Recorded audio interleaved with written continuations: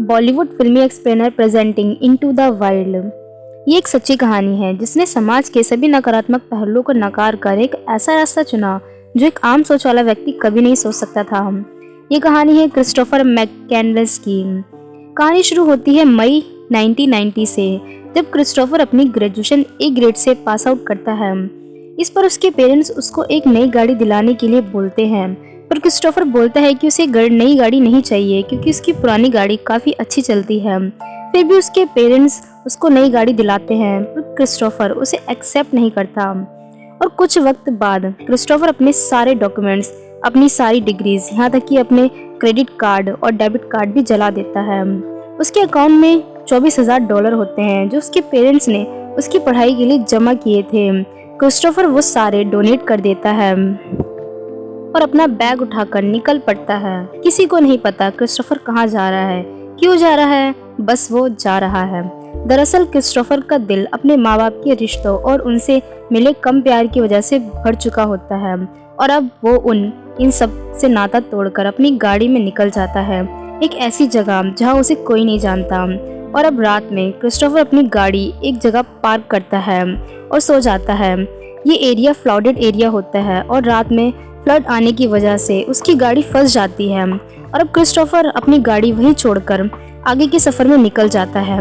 और जाने से पहले वो अपनी गाड़ी का नंबर प्लेट निकाल लेता है ताकि कोई पहचान ना पाए ये गाड़ी किसकी थी।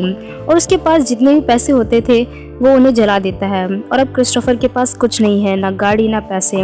अगर उसके पास है तो वो है उसके सपने जिसे उसे पूरा करना है। और अब वो आगे की सफ़र के लिए क्रिस्टोफर चला जाता है। क्रिस्टोफर लिफ्ट मांगकर अपने आगे का सफ़र तय करता है क्योंकि उसके पास पैसे नहीं है, गाड़ी नहीं है और ना ही कुछ है। उसका जहाँ मन करता है वो वहाँ जाता है, जो मन करता है वो खाता है और जहाँ मिल जाता है वहीं सो जाता है। उसे जो मिलता है वो खा लेता है, मानो उसने इस पूरी दुनिया को ही अपना घर समझ लिया है। और अब क्रिस्टोफर ने अपना नाम भी बदल लिया होता है। उसका नया नाम होता है अलेक्जेंडर सुपरट्रैप होता है। क्रिस्टोफर की सफ़र में उसकी मुलाकात एक कपल से होती है। इनका नाम वैनी और रेने होता है।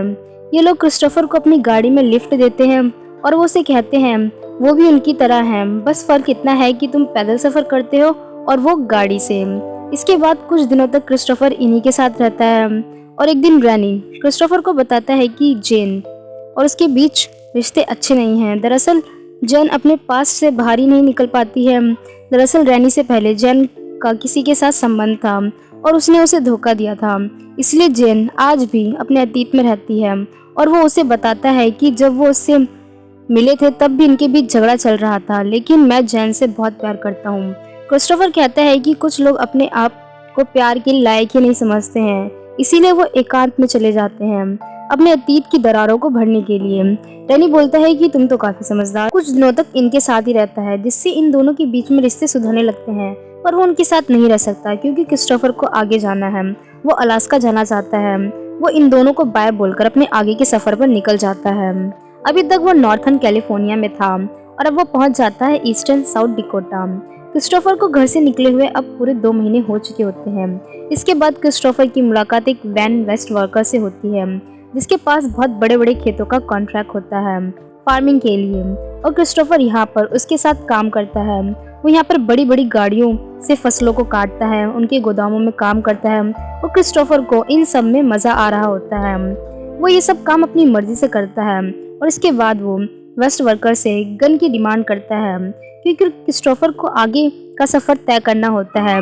उसे अलास्का जाना है जो कि एक जंगल है और रास्ते में बहुत कुछ उसके साथ घट सकता है, जिसके लिए उसे अपनी सुरक्षा के लिए एक गन की ज़रूरत होती है।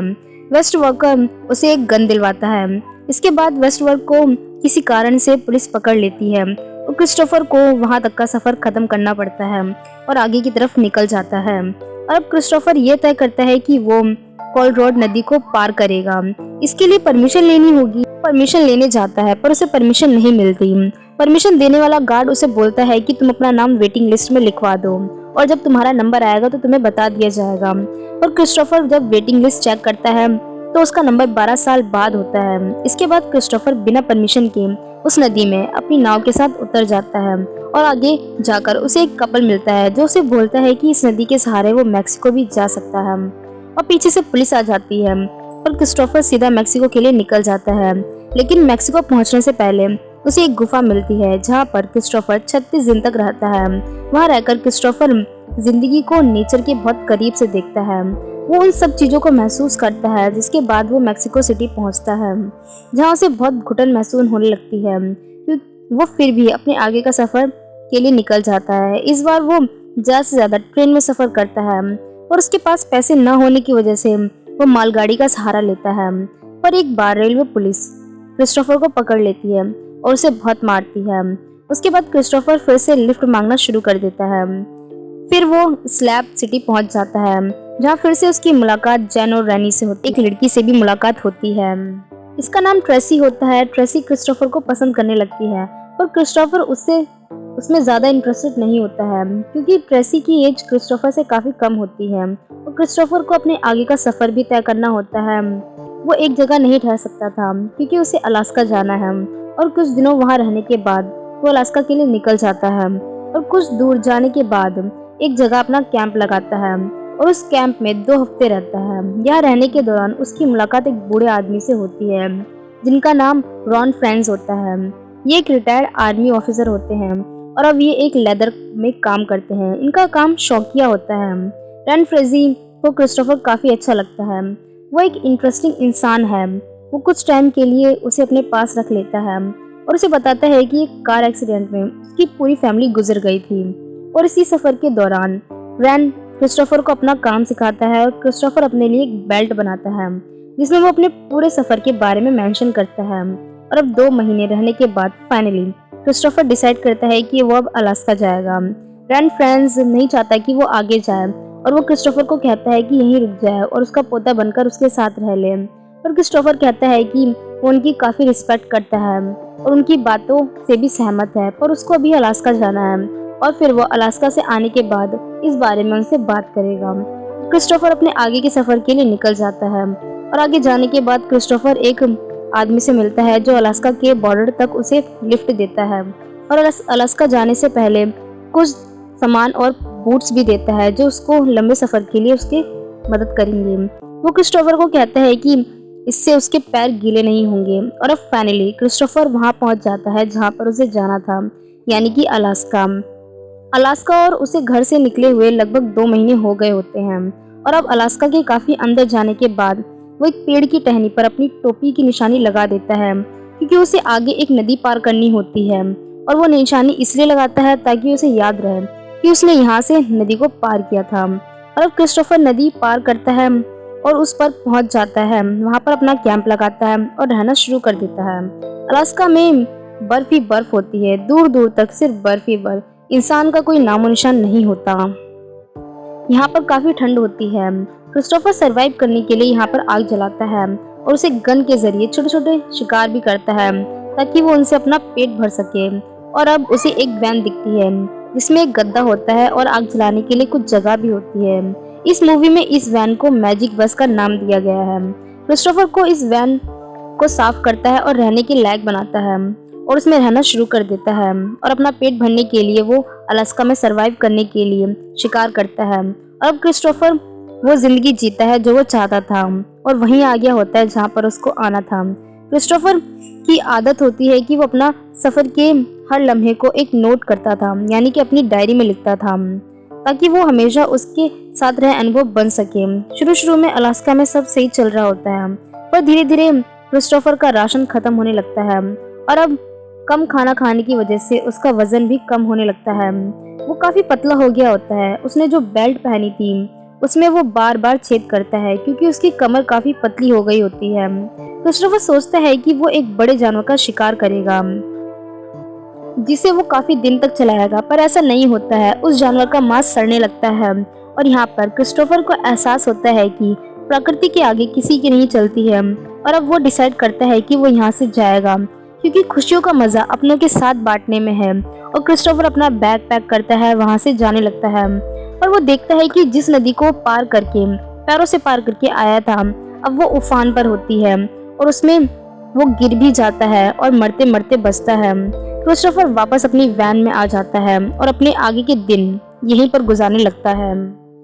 हालांकि उसका राशन खत्म हो चुका होता है और वो अपने जंगली पेड़ पौधों को खाना शुरू कर देता है क्योंकि उसके पास अब कोई चारा नहीं होता है। उसके पास इसके लिए एक किताब भी होती है और एक दिन क्रिस्टोफर एक जंगली पौधे को खा लेता है, जिस वजह से उसके शरीर में पॉइजन यानी कि जहर फैलने लगता है। क्रिस्टोफर की बॉडी पहले से ही कमजोर होती है और अब जहर फैलने की वजह से उसमें बिल्कुल भी हिम्मत नहीं है कि वो अपने लिए खाना अरेंज। क्रिस्टोफर को अलास्का में पूरे 100 दिन हो चुके होते हैं। वो जो चाहता था उसने वो कर लिया था और अब वो उस जहर की वजह से मर रहा होता है। वो अपने आखिरी दिनों में थॉट लिखता है। वो लिखता है कि happiness only where when shared, यानी कि खुशियों का मजा तभी है जब उसको बांटा जाए। और अब क्रिस्टोफर को एहसास होता है कि जिंदगी के उसके आखिरी दिन है। वो अपने स्लीपिंग बैग में लेट जाता है, अपने पेरेंट्स और उन सभी लोगों को याद करता है जो उसकी जर्नी में मिले थे और एक नोट लिख कर जाता है जिसमें लिखा होता है, I have had a happy life and thank the lord, goodbye and may all God bless all. और 6 सितंबर 1992 को क्रिस्टोफर इस दुनिया से चला जाता है। दोस्तों, ये मूवी 2007 में आई थी और ये मूवी एक सच्ची घटना पर आधारित है, जहाँ पर हमें ये बताया गया है कि खुशियों का मजा तभी है जब उसको अपनों के साथ बांटा जाए। यहाँ पे क्रिस्टोफर ये अपने सपनों को पूरा करने के लिए निकल जाता है, पर उसको ये एहसास नहीं होता है कि उसका असली मजा उसके अपने परिवार के साथ है और उन लोगों के साथ है जिनसे वो मिला है इस सफर के दौरान।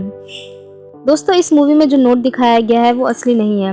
रियलिटी में क्रिस्टोफर ये लिखता है, I need your help, I am injured near death and too weak to hike out, I am all alone, this is no joke, in the name of God please remain to save me, I am collecting berries close by and shall return this evening, thank you Chris McCandless. वो आखिर में ये लिखता है उसको help की ज़रूरत होती है, पर वो अपने आखिरी के दिनों में अकेला होता है और वो 6 सितंबर 1992 को इस दुनिया को छोड़कर चला जाता है।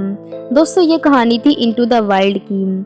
और आपको ये मूवी एक्सप्लेनेशन कैसी लगी है प्लीज़ कमेंट करके हमें ज़रूर बताएं। प्लीज़ लाइक करें हमारी वीडियो को। अगर आप हमारे चैनल पर नए हैं तो प्लीज़ सब्सक्राइब करें हमारे चैनल को। मिलते हैं बॉलीवुड फिल्मी एक्सप्लेनर की नेक्स्ट वीडियो में। Thank you.